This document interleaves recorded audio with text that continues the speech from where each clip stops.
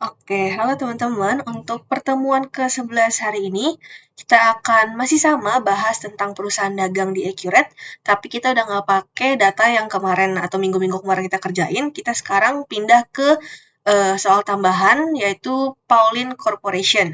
Nah, sebelum kita mulai pembahasannya, aku ada sedikit kasih tahu sedikit ralat soal, yaitu ada di tanggal 14 Oktober, di sini tertulis perusahaan menerima sisa pembayaran dari salah satu vendor. Nah, vendornya di sini diganti jadi customer ya. Jadi untuk tanggal 14 Oktober, vendor diganti jadi customer. Itu aja untuk ralatnya. Kita lanjut ke pembahasan eh, kasus dagang untuk Pauline Corporation. Nah, sebelum kita mulai buka Accurate-nya, kita cari dulu deh ya tanda tanya-tanda tanya di sini. Kita mulainya dari informasi tambahan di sini aja ya. Jadi kalau kalian lihat tanda tanyanya banyak nih. Kita mulainya dari informasi tambahan yang paling atas dulu. Di sini dia bilang besarnya kas tunai adalah 5% lebih rendah dibanding Bank BCA IDR. Kita cari nih kas tunai. Kas tunai itu 5% lebih rendah dari Bank BCA IDR. Nih Bank BCA IDR-nya itu ada di sini. 500 juta ya dia ya. Berarti karena lebih rendah 5%, kita kali aja 95%, nanti dapat 475 juta. Berarti udah untuk kas tunainya. Terus yang kedua, asuransi dibayar di muka sebesar 240 juta untuk 10 tahun sejak 5 Januari 2019. Berarti di sini kita cari tahu dulu nih dari 10 tahun atau dari 120 bulan yang udah lewat masa berlakunya tuh berapa lama ya gitu kan. Nah, dia bilang itu dari 5 Januari 2019. Berarti tahun 2019 dia udah kepake full 12 bulan. Terus kita ini sekarang posisinya ada di Oktober 2020, tepatnya tanggal 1, ya kan. Berarti di 2020 kita udah kepake juga nih, udah kita bebankan 9 bulan, yaitu Januari, Februari, Maret, April, Mei, Juni, Juli, Agustus, September gitu. Oktobernya belum dihitung karena masih awal bulan dan belum kita bebankan. Nah, berarti kan dari 120 bulan udah kita bebankan 21 bulan, sisa 99 bulan yang masih jadi aset kita berupa asuransi dibayar di muka dong. Nah, kita cari dulu nih, biaya untuk satu bulannya berapa? Dari 240 juta, kita bagi sama 120 bulan, nanti dapat nih sebulannya itu yang harus kita bebankan itu 2 juta. Nah, karena sisa 99 bulan, berarti kita tinggal kali aja dong, 2 juta dikali 99 bulan, nanti dapat 198 juta untuk uh, saldo asuransi dibayar di muka pada tanggal 1 Oktober 2020. Seperti itu untuk asuransi dibayar di muka. Kemudian selanjutnya ini ada utang bunga bank, yaitu yang ini ya. Nah, di sini kita baca dulu nih. Utang bank BCA merupakan utang jangka panjang. Oke. Dipinjamnya itu sejak 1 Januari 2019 dengan tingkat bunga 6% dan jangka waktunya itu 10 tahun. Terus pembayaran bunganya itu dilakukan tiap tanggal 1 Januari dan tanggal 1 Juli. Nah, kalau kayak gini kan berarti kalian bisa kita cari tahu dulu nih utang banknya itu ada berapa. Ya kan di sini kan ada nih utang bank BCA itu 50 juta. Berarti nilai utangnya itu 50 juta. Sekarang kita cari nih. Kita utang bunganya itu berapa sih? Di sini kan dia bilang ya, bunganya itu dibayarkan tiap tanggal 1 Januari dan 1 Juli. Berarti setelah Juli, kan kita di Oktober sekarang. Berarti untuk bulan Juli, Agustus, dan September itu kan belum dibayarkan ya. Masih dalam bentuk utang. Masih kita adjusting, belum kita bayar. Nah, berarti sekarang kita hitung deh utang bunga kita ada berapa, yaitu 3 bulan. Kita cari dulu deh bunga per bulannya, yaitu tinggal dikali aja 50 juta dikali 6%, yaitu bunga per tahunnya, lalu dibagi 12 bulan, ya kan, nanti dapat nih bunga per bulannya itu 250.000. Nah, setelah itu kita cari utang bunga kita totalnya berapa di bulan Oktober tanggal 1. Awal bulan Oktober, berarti 3 bulan dikali 250.000, ya kan? Nanti dapat 750.000 untuk utang bunga tanggal 1 Oktober 2020. Seperti itu untuk cari informasi tambahan untuk 3 akun ini ya. Selanjutnya, untuk Untuk piutang, untuk utang, untuk fixed asset, dan untuk persediaan, itu nanti kita carinya setelah kita ngisi tanda tanya ini ya. Nah, sekarang kita coba isi dulu nih tipe customer-nya, yaitu kita bisa lihat dari informasi di bawah. Tipe customer dan vendor dibagi menjadi dua, yakni umum untuk yang tahun transaksi pertamanya 2015 dan 2016, serta khusus untuk yang tahun transaksi pertamanya 2017 dan 2018. Berarti kalau disimpulkan ini intinya 2015 dan 2016 itu umum dan 2017, 2018 itu khusus. Nah, ini kalian bisa lihat dari sini ya, ini udah saya isi juga. Untuk Graciela itu umum, untuk Klepin umum, untuk Kopin itu khusus, dan Xenia itu khusus. Nah, kalau udah kayak gini, kita lanjut aja cari untuk yang si tanda tanya ini. Nah, di customer ini cuma ada si Xenia nih yang tanda tanya. Untuk Xenia, invoice pertamanya atau yang nomor 7 ini, itu dia bilang 5 juta lebih besar dari invoice 09109 KNHA 3. Berarti yang ini ya, yang 34.187.500. Berarti gampang tinggal ditambah aja 34.187.500 ditambah dengan 5 juta. Nanti dapat 39.187.500. Nah, untuk invoice Xenia yang kedua, yaitu yang 4, yang nomor 4 ini, itu dia bilang lebih kecil 562.500 dari invoice nomor 7. Berarti nomor 7 itu yang ini ya, yang baru aja kita hitung. Berarti gampang caranya tinggal dikurang aja. 39.187.500 dikurang sama 562.500. Nanti dapatnya 38.625.000. Nah, untuk yang customer udah, sekarang kita pindah ke vendor. Jadi untuk yang vendor, kita dari atas dulu ya. Untuk yang Mycelo itu ada 2 invoice yang ditanda tanya, kita cari dulu yang paling atas, yang nomor RL1. Di sini dia bilang 15% lebih tinggi dari invoice nomor 1710. 1710 berarti yang ini. Berarti 9 juta ditambah dikali 115%, ya kan? Berarti caranya tinggal kayak gini aja, 9 juta dikali 115%, nanti dapat 10.350.000. Atau 9 juta lebih tinggi 15%. Kemudian untuk yang invoice kedua, yang RL2, itu 5 juta lebih rendah daripada invoice nomor 2510. Nah, invoice nomor 2510 itu masih tanda tanya juga. Jadi untuk cari yang ini, ya kan, kita harus cari dulu yang ini, gitu kan. Nah, coba kita cari dulu yang punya Desong. Di sini Desong dibilang kalau invoice-nya itu saldonya 85% dikali total invoice RL1 yang ini ditambah invoice nomor 1710 yang ini. Berarti di sini 10.350 ditambah sama 9 juta dikali 85%.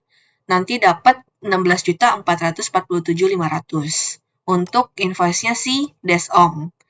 Ya, yang ini. Terus udah dapat nih punya si Desong, berarti kita udah bisa ngitung yang ini ya. 5 juta lebih rendah daripada invoice 2510. Berarti 16.447.500, kita kurangin aja 5 juta. Untuk dapetin invoice-nya Mycelo itu yang kedua. Ya, nanti dapat 11.447.500. Terus ada invoice-nya Flarido. Untuk invoice-nya Flarido itu ada 2, SN1 dan SN2. Kita coba hitung yang SN1 dulu. Yaitu dia bilang 15% lebih rendah daripada invoice nomor 0910. 0910 berarti yang ini ya, yang punya Mycelo ini. Ya, yang ini lebih rendah, dibilang lebih rendah 15%. Berarti tinggal kita kali aja nih. Si 11.447.500 kita kali sama 85%. Ya kan, karena lebih rendah 15%. Nanti dapat 9.730.375. Lalu untuk invoice Flarido yang kedua itu ada dia bilang 5.269.625 lebih tinggi daripada 0910 SN1. Berarti yang barusan kita hitung, yaitu yang ini 9.730.375 kita tambahin aja sama 5.269.625. Nanti kita dapatnya 15 juta. Begitu ya teman-teman. Berarti untuk yang data vendor juga udah kita hitung semua. Nanti untuk total customer dan total vendornya harusnya langsung terkalkulate sendiri ya di accurate-nya. Jadi nanti kita cocokinnya di saat accurate saja. Lalu selanjutnya kita akan mengisi data terkait persediaan barang dagang. Nah, di sini sebelum mulai ngitungnya, aku mau mungkin kasih sedikit ide sedikit ya. Jadi kalau misalnya dia bilang dari 20% dari sales price, berarti yang 100%-nya itu sales price-nya. Kalau misalnya dia bilang 20% dari cost, berarti yang 100% itu cost-nya. Kayak gitu sih. Untuk aku pribadi, cara aku kerjanya kayak gitu. Nah, kita coba langsung hitung aja dari 10 persediaan ini, kita mulai dari atas dulu. Dia bilang di sini kemeja jeans pria 20% markup-nya itu 20% dari sales price. Berarti di sini 100% nih sales price-nya. Di sini cost-nya itu 80% dan markup-nya itu 20%. Jadi cara cari sales price-nya itu tinggal 150.000 dibagi sama 80%. Ya, karena kita mau cari angka sales price-nya. Nanti dapat 187.500. Nah, untuk yang kedua itu dia bilang 20% dari cost. Berarti cost-nya 100%, sales price itu 120%. Jadi caranya itu nanti karena cost-nya 100% dan kita mau cari cost-nya, berarti di sini kan 120%. Berarti tinggal 180% dikali 100 dibagi 120 untuk cari cost-nya. Nanti dapat 150.000. Untuk yang ketiga yaitu kemeja jeans anak-anak, itu dia bilang 15% dari cost.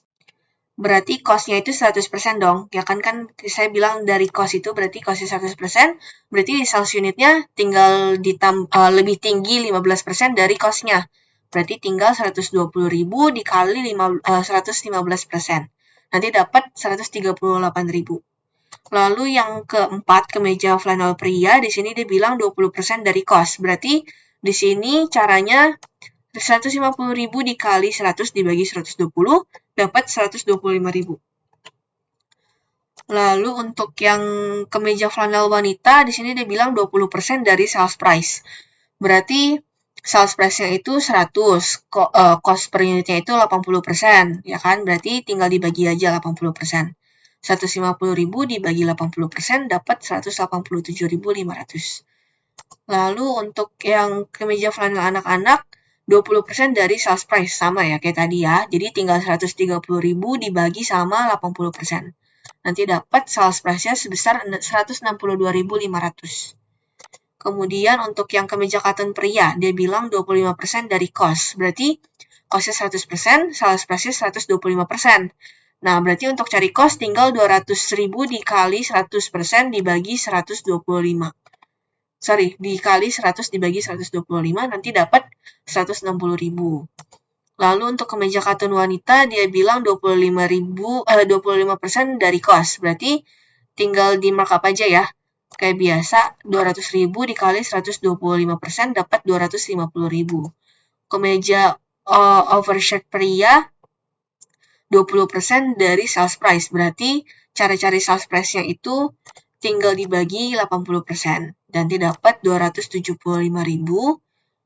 Lalu untuk kemeja oversight wanita, 10% dari cost. Berarti cost-nya 100%, sales price-nya 110%.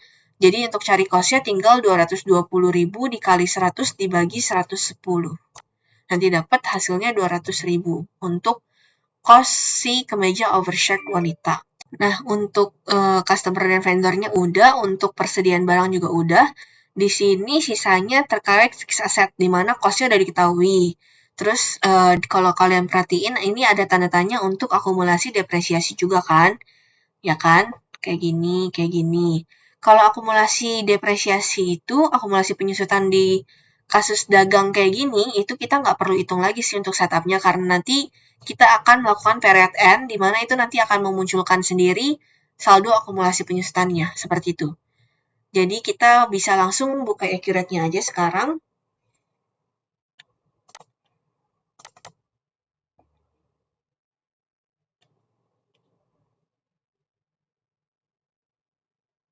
Oke, kita karena ini masih perusahaan baru, kita create new company ya.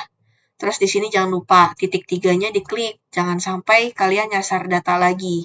Terus cari folder kalian yang waktu itu kita bikin bareng ya. Nah, kalau udah dipilih dan dicari foldernya, kita tulis aja nama perusahaannya. Tadi itu namanya Pauline Corporation.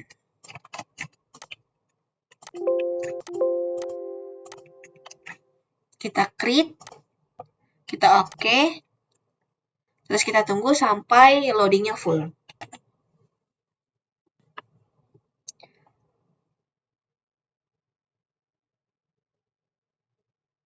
Oke, kalau udah muncul login, kita isi seperti biasa, passwordnya supervisor. Nah, kita mulai ya setupnya untuk Pauline Corporation.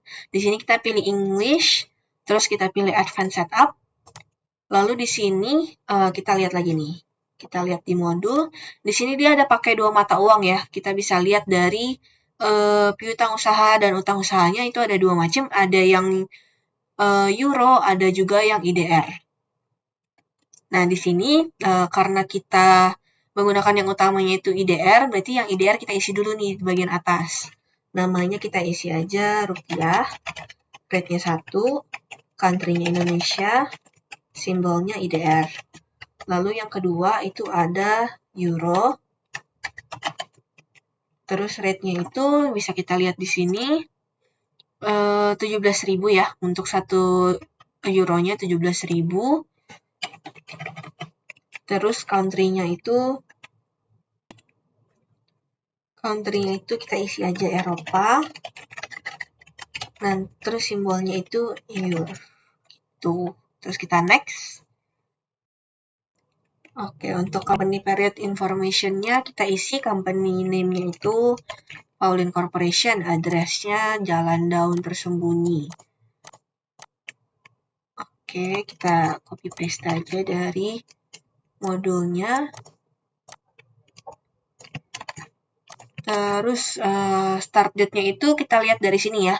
Di sini kan TB-nya itu 1 Oktober 2020. Berarti kita di bulan sebelumnya tanggal terakhir yaitu berarti tanggal 30 bulan 9 2020. Fiscal year-nya kita isi aja 20, nanti kita pindah ke kursor lain dia jadi 2020. Oke, next. Oke, di sini ada yang bisa kita isi nih, yaitu from serial number. Kita isinya dari sini nih, nomor seri faktur pajak. Terus ada juga yang tax registration number sama taxable company number itu kita isi pakai NPWP. Nah, untuk taxable company date-nya kita samain kayak tanggal start date atau cut off-nya tadi, yaitu tanggal 30 bulan 9 2020. Kemudian bisa kita next. Oke, kita sekarang bikin akun-akun untuk charge of account ya. Di sini kita sesuaiin sama, kita input sesuai sama informasi yang ada di sini. Nah, di sini aku akan mute tapi tetap rekam, jadi teman-teman bisa percepat kalau misalnya emang udah kerjaan duluan. Tapi sebelum itu, kita rename dulu nih ya untuk piutang, utang, dan laba ditahan. Oke, di sini kita ganti dulu account receivable jadi piutang usaha. Terus di sini account receivable jadi piutang usaha. Account payable jadi utang usaha. Account payable, utang usaha. Dan returning laba ditahan. Oke, setelah itu baru kalian bikin sesuai dengan data di sini.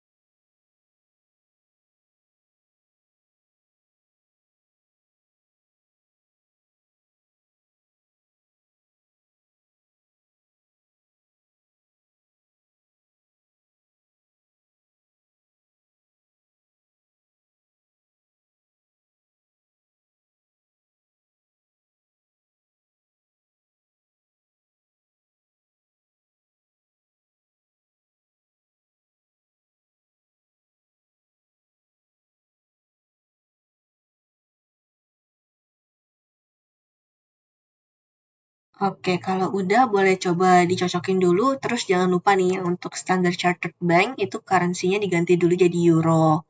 Jadi nanti opening balance-nya itu sesuai dengan euronya ya, bukan rupiahnya gitu. Jadi kan di sini kursnya 17.000. 17.000 berarti kamu bagi dulu nih 595 juta, 595 juta kamu bagi dulu 17.000 nanti dapat 35.000 euro gitu.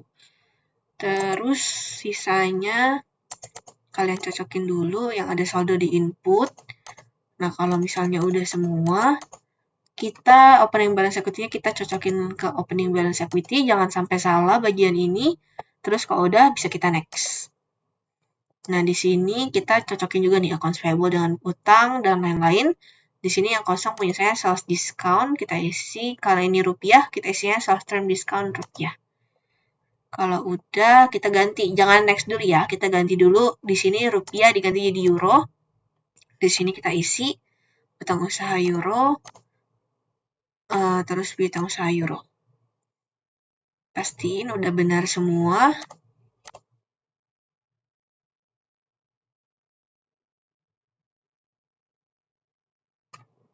Kalau udah bisa kita next.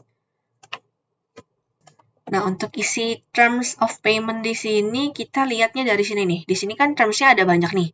Kita lihat nih yang dipakai apa aja. Ada yang net 30, ada yang 2/10 per 30, ada yang COD. Ya kan, 3 itu aja ya.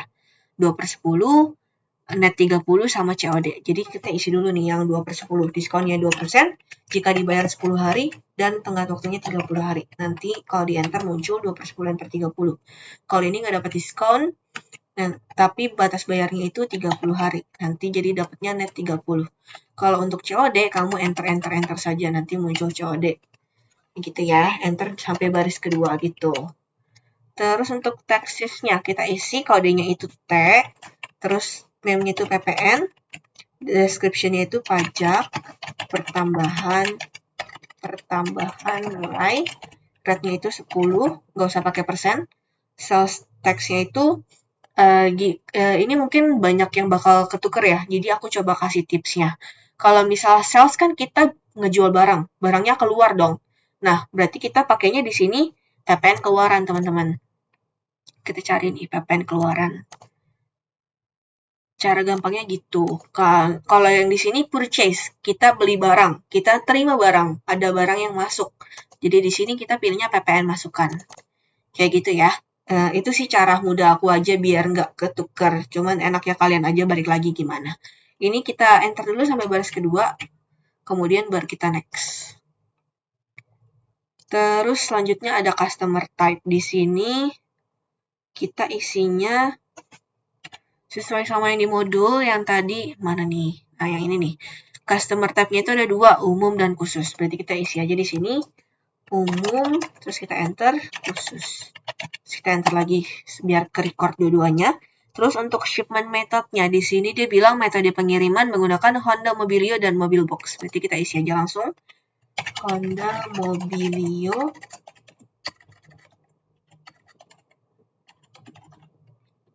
dan Mobil Box. Kita enter sekali. Terus kalau udah kita next. Next kita isi customer-nya nih. Customer-nya kita isi. Kita lihat dari yang udah kita cari tadi angkanya untuk customer di sini. Oke, langsung aja kita input ya untuk customer-nya. Yang pertama itu ada, kita kasih kode C001, terus namanya itu Gracelo Chandra. Oke, terus dia ada 2 invoice nih teman-teman. Jadi kalau input 2 invoice di sini, kalian klik sekali 2 kali opening balance-nya, terus nanti dia muncul 3 kotak kayak gini, diklik baru kita input invoice-nya. Jadi nomor invoice-nya kita copy paste aja. Terus date-nya itu ada tanggal 9 bulan 9 2020. Terus dia opening balance-nya 34 187.500. Terms-nya itu 2/10 N per 30. Nah, untuk invoice yang kedua, inputnya kita caranya itu enter aja. Nanti kan ke redirect ke baris kedua nih. Jadi kita input yang kedua. Terus dia itu tanggal 20 September 2020. Terus dia 21.250. Terus dia termsnya itu 2/10 N/30. Nah, kita enter sampai baris kedua biar ke record, lalu kita oke. Terus di sini teks satunya kita isi PPN. Tipenya udah sesuai ya, umum. Terus termsnya di sini kita isi 2/10 N/30. Kemudian kita enter ke baris kedua. Lalu kita langsung aja isi customer yang kedua, yaitu Cletin.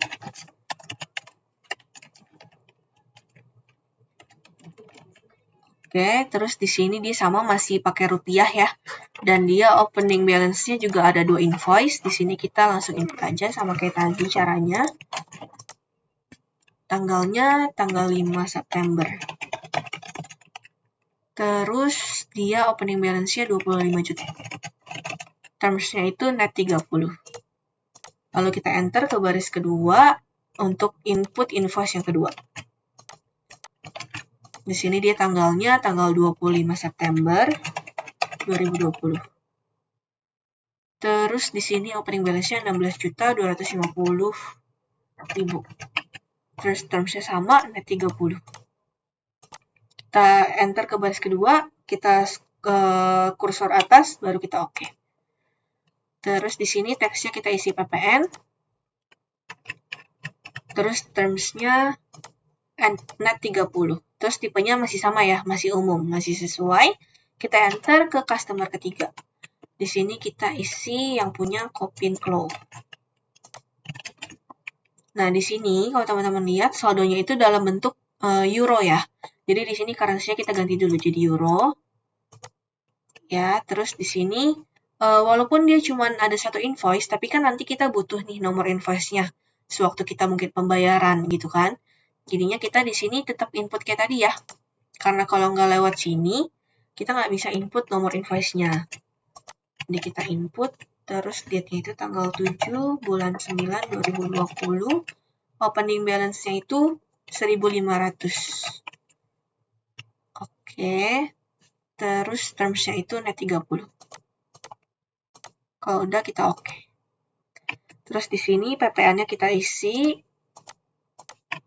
Terus ini tipenya dia itu khusus. Jadi kita ganti ya di sini jadi khusus. Terus di sini terms-nya itu dia net 30. Kita enter, kita isi customer yang keempat itu ada Xenia. Dia masih rupiah. Nah, dua-duanya pakai IDR. Terus di sini ada 2 invoice, jadi kita pakai ini. Kita input nomor invoice-nya. Terus dia itu tanggal 27 bulan 9 2020. Opening balance-nya coba kita lihat. Opening balance-nya itu ada 39.187.500. Terus terms-nya itu dia 2/10 N/30. Nah, untuk input invoice yang kedua kita enter. Baru kita input invoice yang kedua. Dia itu tanggal 15 September 2020. Terus ini opening balance-nya 38.625. Terms-nya juga sama 2/10 N/30. Kalau udah kita enter dulu ke baris kedua, baru kita oke. Oke, terus kita isi nih teks satunya PPN. Terus dia itu khusus ya tipenya ya. Berarti di sini kita ganti khusus. Terus dia terms-nya itu 2/10 N/30. Lalu kita ke customer yang kelima, yaitu yang tunai. Jadi yang tunai ini kita bikin ya. Jadi kita di sini namain aja name-nya itu tunai. Terus dia pakainya rupiah. Terus dia as of-nya 30.09.2020. Terus jangan lupa PPN-nya teksnya diisi PPN. Dia itu masuknya ke tipe umum. Terus di sini terms-nya kita isi COD. Kalau udah kita enter sampai baris selanjutnya. Terus kita kursor ke atas. Baru kita next. Lanjut kita input yang vendor. Oke, jadi untuk yang vendor kita sama nih kasihnya V001. Terus namanya kita langsung copy aja. Terus opening balance-nya dia pakai euro ya. Currency-nya kita ganti jadi euro. Terus opening balance-nya karena kita butuh nomor invoice, kita inputnya pakai yang kotak 3. Terus date-nya itu dia tanggal 1 September 2020. Opening balance-nya 999 euro. Terms-nya itu dia net 30. Terus kita enter dulu, terus cursor ke atas, baru kita oke. Teksnya itu teks satunya PPN, sama kayak tadi kita isi customer. Terus dia terms-nya net 30. Oke, kita enter ke baris kedua, kita isi vendor yang kedua, yaitu ada Mycelo.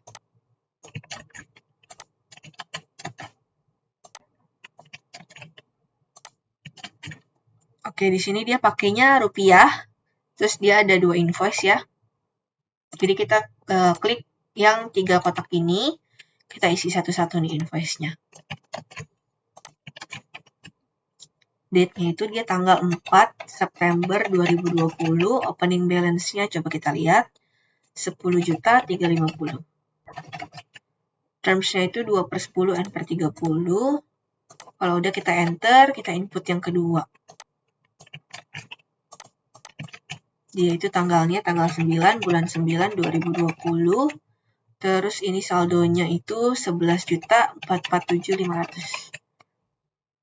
Terus termsnya sama 2/10 N/30. Kita enter dulu ke baris ketiga. Terus kita klik kursor naik. Terus baru kita oke. Lalu yang teks ini kita isi PPN. Termsnya kita isi 2/10 N/30. Kalau udah kita enter, kita isi vendor yang ketiga.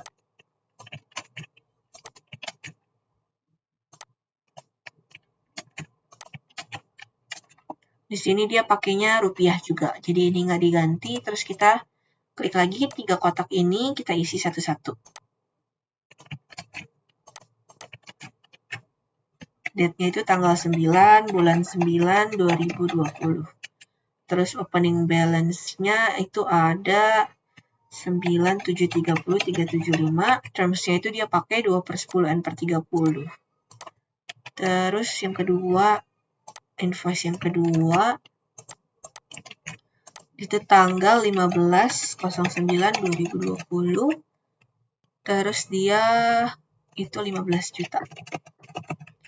Termsnya sama 2/10 N/30.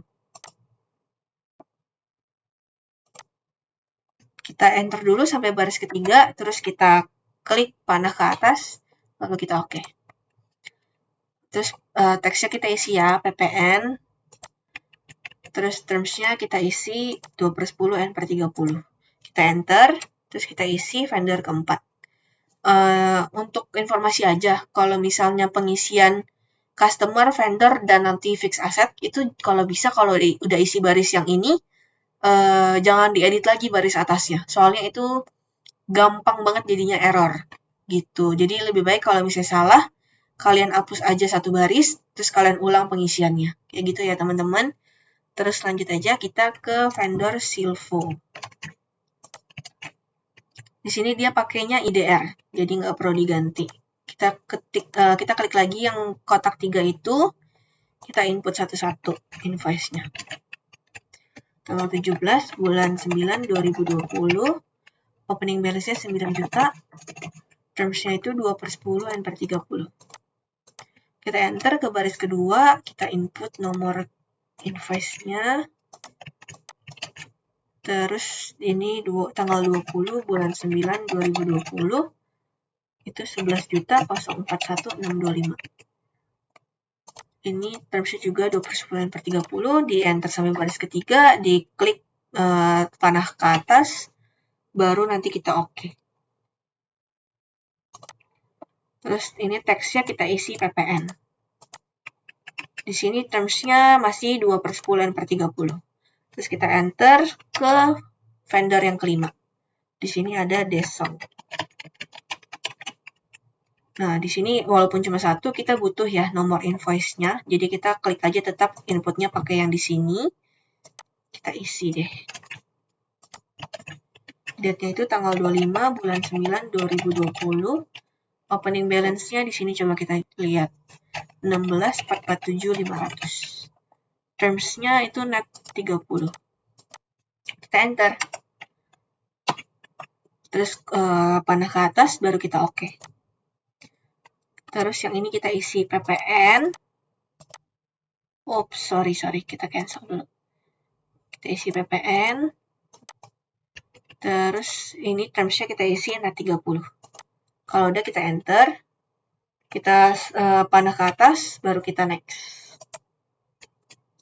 Nah, kalau udah untuk tahap yang ini kita next aja, kita skip.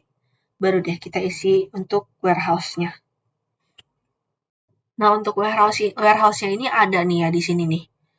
Mana tuh? Nah, ini untuk warehouse-nya kita lihat dari sini. Kita langsung isi aja. Ada warehouse name-nya itu gudang Jutsu. Sino dulu. Gudang Sino. Terus description-nya itu barang KJ dan KF. Terus person in charge-nya Pak KG. Terus yang kedua ada gudang Jutsu. Di sini description-nya barang KK dan KO. Terus person in charge-nya itu Pak Bun. Kita enter, terus kita isi juga nih item kategori. Di sini dia bilang item kategori terbagi menjadi 3, pria, wanita, dan anak-anak. Jadi di sini tinggal isi aja pria, kita enter, wanita, enter, anak-anak.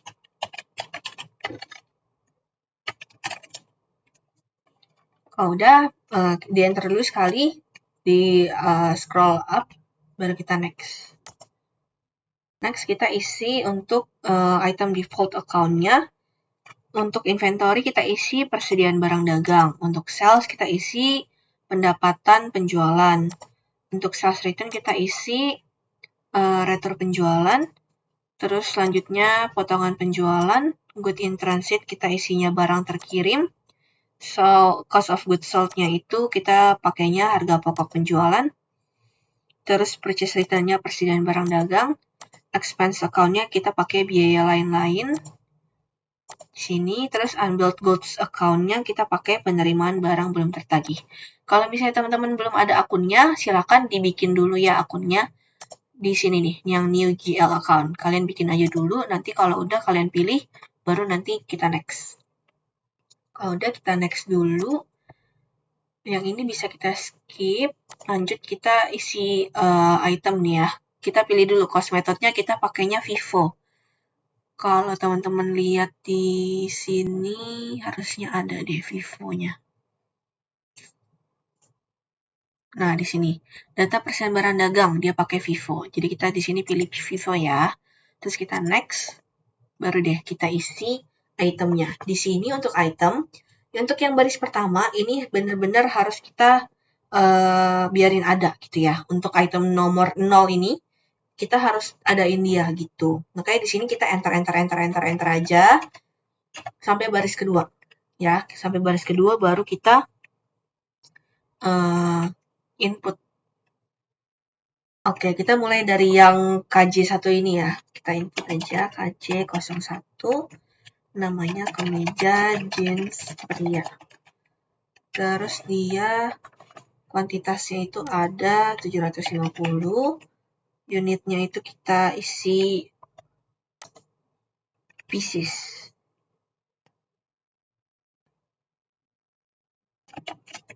Kayak gini, terus cost-nya itu 150.000.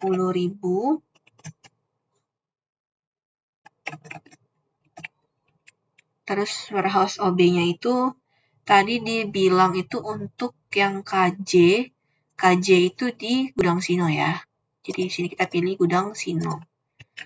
Terus sales tax-nya kita isi tag. Terus purchase tax-nya juga tag. Oke, terus sales price-nya kita isi di sini kita dapatnya 187.500. Default warehouse-nya kita isi gudang Sino, samain kayak yang tadi. Oke, kita enter ke baris kedua. Untuk pengisian inventory harus ekstra hati-hati nih teman-teman.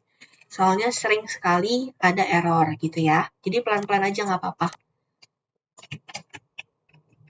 Terus di sini 650 pieces. Ini harganya tadi 150.000. Dia sama, masih gudang Sino. Sales tax CT, purchase tax CT, sales price-nya itu 150.000. Di sini gudang Sino. Di enter. Jadi kita input lagi yang ketiga, kemeja jeans anak-anak. Di sini kuantitasnya itu ada 444 pieces. Harga jualnya 120.000. Terus dia karena kodenya masih KJ, berarti masih di gudang Sino. Sales tax-nya T, purchase tax-nya juga T, terus harga jualnya 138.000. Default warehouse-nya gudang Sino. Kita enter. Terus selanjutnya kita ganti kode jadi KF01. Sini ada kemeja flanel. Terus dia itu ada 500 pieces. Harga jualnya itu 125.000. Terus dia kalau kodenya KF itu masih di gudang Sino. Sales tax-nya T, purchase tax-nya T, sales price-nya itu ada 150.000. Default warehouse-nya gudang Sino. Kita enter. Kita isi untuk KF02 kemeja flanel wanita. Di sini dia itu ada 564 pieces. Terus di sini cost-nya itu 150.000. Untuk gudangnya masih KF, berarti masih gudang Sino. Terus dia kita isi sales tax-nya sama purchase tax-nya. Sales price-nya di sini ada 187.500. Default warehouse-nya gudang Sino. Kita enter, kita isi untuk KF03, kemeja flanel anak-anak. Di sini dia ada 778 pieces. Terus harga cost-nya itu 130. Warehouse-nya itu kodenya masih KF ya, berarti masih gudang Sino. Terus sales tax-nya T, purchase tax-nya T. Harga jualnya itu 162.500. Default warehouse-nya gudang Sino. Kita enter. Terus kita isi selanjutnya KK01. Kemeja katun. Di sini dia ada 545 pieces. Terus di sini cost-nya 160.000. Terus dia kalau kakak itu pakai gudang jutsu. Kita ganti di sini gudang jutsu. Kita isi. Terus harga jualnya itu 200.000. Di sini kita isi default warehouse-nya jadinya gudang jutsu. Kita enter, kita input yang KK02, kemeja katun wanita.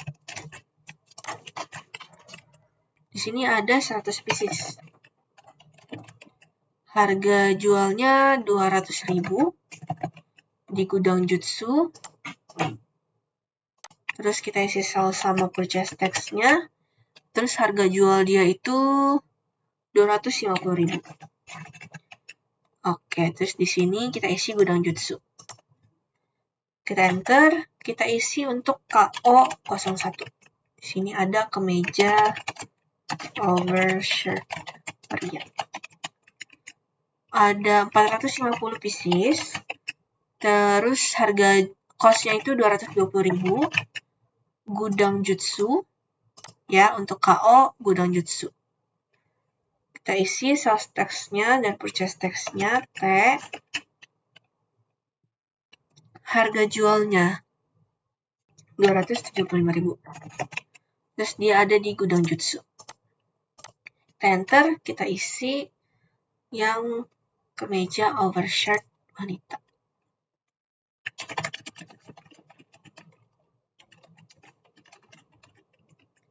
Oke, di sini kita isi 550 pieces. Terus harga cost-nya itu 200.000. di gudang Jutsu. Terus ini T 220.000. Terus di sini gudang Jutsu.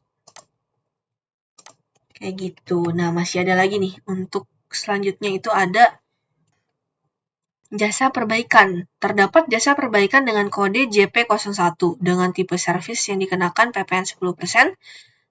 Harga penawaran jasa perbaikan adalah 50.000 pieces per baju. 50.000 per pieces baju, sorry. Jadi di sini kita isi nih kodenya itu JP01,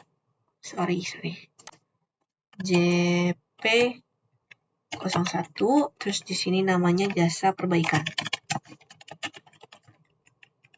Oke, terus kita di sini kuantitasnya kita isinya 0. Oke, harganya juga harga untuk cost-nya kita kosongin. Terus warehouse-nya kita kosongin. Terus sales tax-nya kita isi tag. Tapi untuk purchase tax-nya kita kosongin. Terus sales price-nya kita isi 50.000. Gudangnya kita kosongin.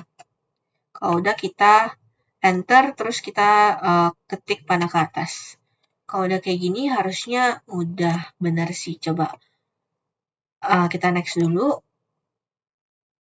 Habis ini kita input fix asset ya. Oke, untuk pengisian terkait fix asset kita bisa lihat di informasi di sini nih. Ya, udah lengkap nih informasinya, tinggal kita input aja. Jadi untuk pengisian fiskal fix asset type kita bisa lihat dari yang ini, kolom yang ini. Nah, nanti untuk FA type-nya kita inputnya dari sini. Ya, kita satu-satu dulu ya. Untuk fiskal fix asset type ini berisikan informasi terkait nanti perpajakan gitu. Jadi untuk misalnya ya, untuk tanah nanti metodenya apa, terus secara fiskal tipenya apa, kayak gitu. Jadi di sini kita isi tidak disusutkan.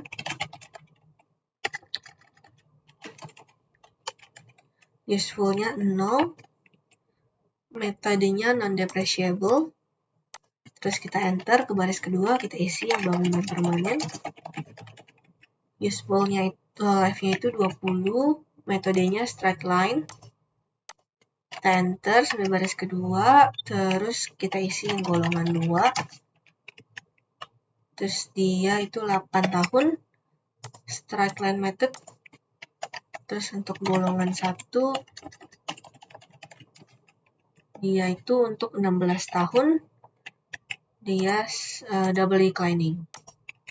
Kalau udah, kita next. Kita isi yang ini ya, fix asset type. Di sini fix asset type-nya bisa kita ketik dulu nih, tanah. Tanah itu fiscal type-nya apa? Kan ini ya, tidak disusutkan. Berarti yang ini ya, tidak disusutkan. Terus, yang ini salah. Terus bangunan. Dia itu pakainya bangunan permanen secara fiskal. Terus ada peralatan. Dia pakainya golongan 3. Sorry, yang ini berarti salah nih. Ini kita hapus dulu. Terus fiskal FA-nya kita ganti yang ini jadi 3. Enter. Nah, baru kita isi FA type. Di sini kita isi yang peralatan. Di sini golongan 3. Terus untuk kendaraan golongan 2.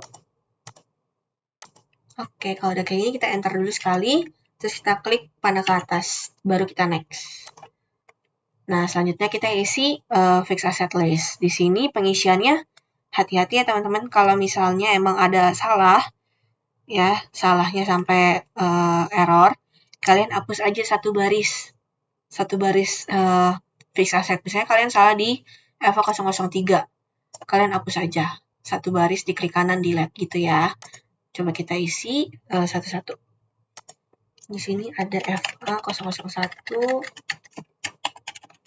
Terus asset description-nya tanah kaplingan di Cilinci. Tipenya itu tanah. Di sini ada panah segitiga ke bawah, kita pilih tanah. Departemennya kosongin aja. Purchase date-nya itu dia tanggal 16 Maret 03 2017. Terus usage date-nya juga samain. Estimated life-nya itu 0. Terus depre methodnya itu non-depreciable. Aset account-nya tanah. Accumulated depre-nya kita kosongin karena dia kan non-depreciable ya. Kita kosongin. Untuk expense account-nya kita isi opening balance equity.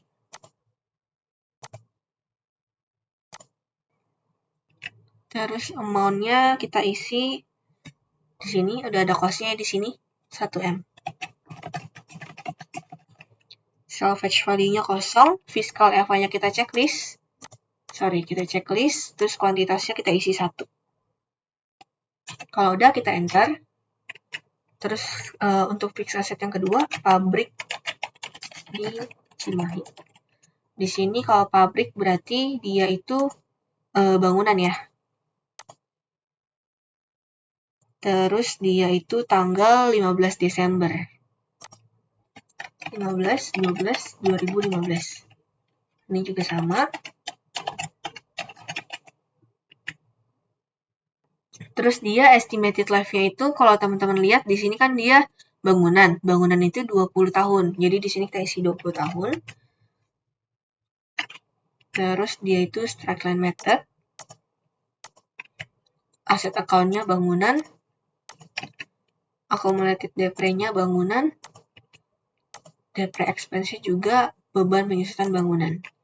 Terus expense account-nya opening balance equity. Amount-nya di sini 800 juta. Terus di sini dia nggak ada nilai sisa, fiscal FA-nya kita checklist, kuantitasnya kita isi 1. Kemudian kita lanjut untuk FA3. Di sini ada mesin produksi. Oke, kalau di sini mesin berarti dia peralatan ya. Kita isi peralatan, terus dia itu purchase date-nya sama kayak pabrik, tanggal 15 bulan 12 2015. Usage date-nya juga sama, 15/12/2015. Terus estimated life-nya karena dia mesin, dia itu peralatan, dia itu golongan 3, berarti 16 tahun. Kita isi 16, terus dia depre metodnya di sini double declining.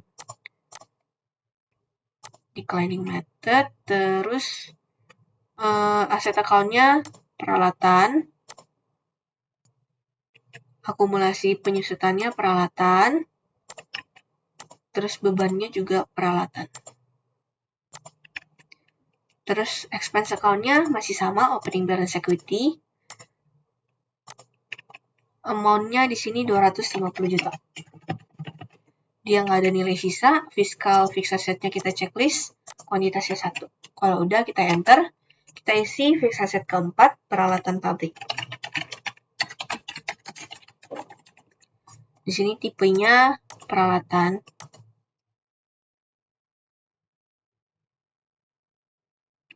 Terus purchase date-nya dia itu masih sama 15 Desember 15/12/2015. Di sini juga sama. Oke, terus dia karena peralatan berarti sama ya. Peralatan itu golongan 3. Golongan 3 itu 16 tahun. Di sini dia pakai declining method. Aset account-nya peralatan. Accumulated depre-nya peralatan. Depre expense-nya peralatan. Terus expense account-nya OBE. Oke, kita lihat saldonya itu 150 juta. Terus kita checklist fiscal FA-nya, kuantitasnya kita isi 1. Kalau udah kita enter, kita isi untuk FA005 ada Honda Mobilio. Nah, kalau yang ini kendaraan ya, sesuai namanya. Kita isi kendaraan, terus dia itu purchase and usage date-nya itu 20/06/2018. Ini juga sama. Oke, terus dia karena ini kendaraan, dia itu golongan 2, berarti dia untuk 8 tahun ya, teman-teman. Terus di sini kita isi straight line method. Kita isi ini kendaraan. Terus akumulasi penyusutan kendaraan, beban penyusutan kendaraan. Dan di sini kita pilih juga sama OBE. Terus saldonya dia itu 250 juta. Oke, terus kita checklist untuk fiskal FA-nya, terus kuantitasnya 1. Kalau udah kita enter, kita isi untuk fixed asset yang terakhir. Ada mobil box.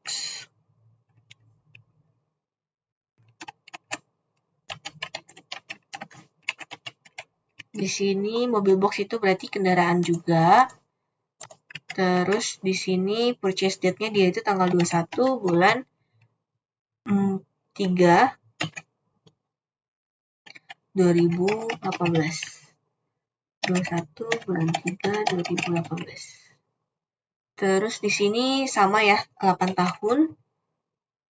Karena mobil box itu kan kendaraan golongan 2. Golongan 2 itu useful life-nya 8 tahun dan depre metode-nya itu straight line. Terus di sini kita isi kendaraan. Di sini akumulasi penyusutan kendaraan. Depre expense juga kendaraan. Di sini kita isi opening balance equity. Terus saldonya 300 juta. Terus di sini kita checklist fiskal FA-nya. Kuantitasnya kita isi 1. Semua fixed asset-nya nggak ada nilai sisa ya, jadi salvage value-nya itu kosong. Kita enter ke baris selanjutnya. Kalau udah kita klik panah ke atas, baru nanti kita next. Nah, kalau udah coba kita cocokin. Apakah trial balance-nya sudah sama? Coba dicocokin, pastikan juga debit kreditnya udah sama saldonya. Oke.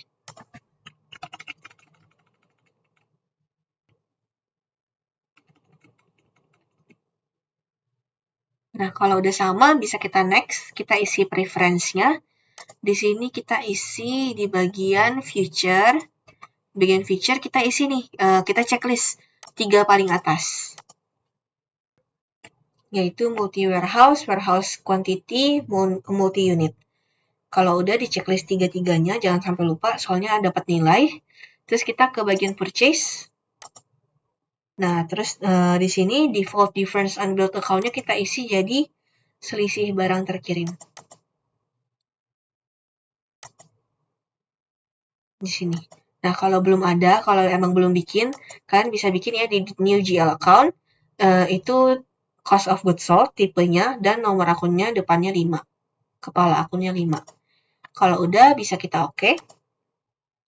Terus kita next, kita finish. Untuk setupnya hampir selesai. Selanjutnya kita harus ini dulu ya, ke general ledger, terus kita period end. Kita period end-nya itu berarti bulan September. Bulan September tahun 2020. Kita oke. Oke, nah kita sekarang cocokin charts of account, tapi kita fokusnya ke bagian akumulasi aja. Oke, coba pastiin akumulasinya udah sama atau belum. Nah, dicocokin dulu ya, kalau udah sama, berarti kita bisa lanjut ke saldo awal laba ditahan. Tapi kalau misalnya beda, teman-teman mungkin salah di bagian period end-nya, salah bulan atau salah tahunnya mungkin. Jadi coba dicek lagi period end-nya. Terus kalau udah kita ini ya, bikin saldo awal laba ditahan dulu. Di sini kita ganti tanggalnya jadi tanggal 30/09/2020. Sorry. 30/09/2020, deskripsinya saldo awal laba ditahan. Nah, di sini jurnalnya itu opening balance equity sebesar, kita nyontek charts of account dulu nih, sebesar ini ya, saldo OBE-nya di sini 4802851565 094.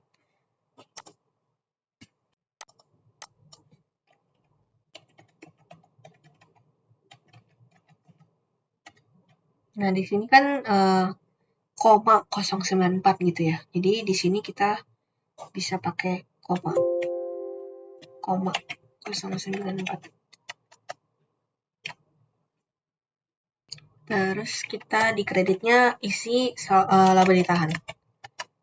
Oke, kalau udah kayak gini kita enter dulu sampai baris ketiga biar debit kreditnya balance, terus kita panah ke atas, baru kita save and close.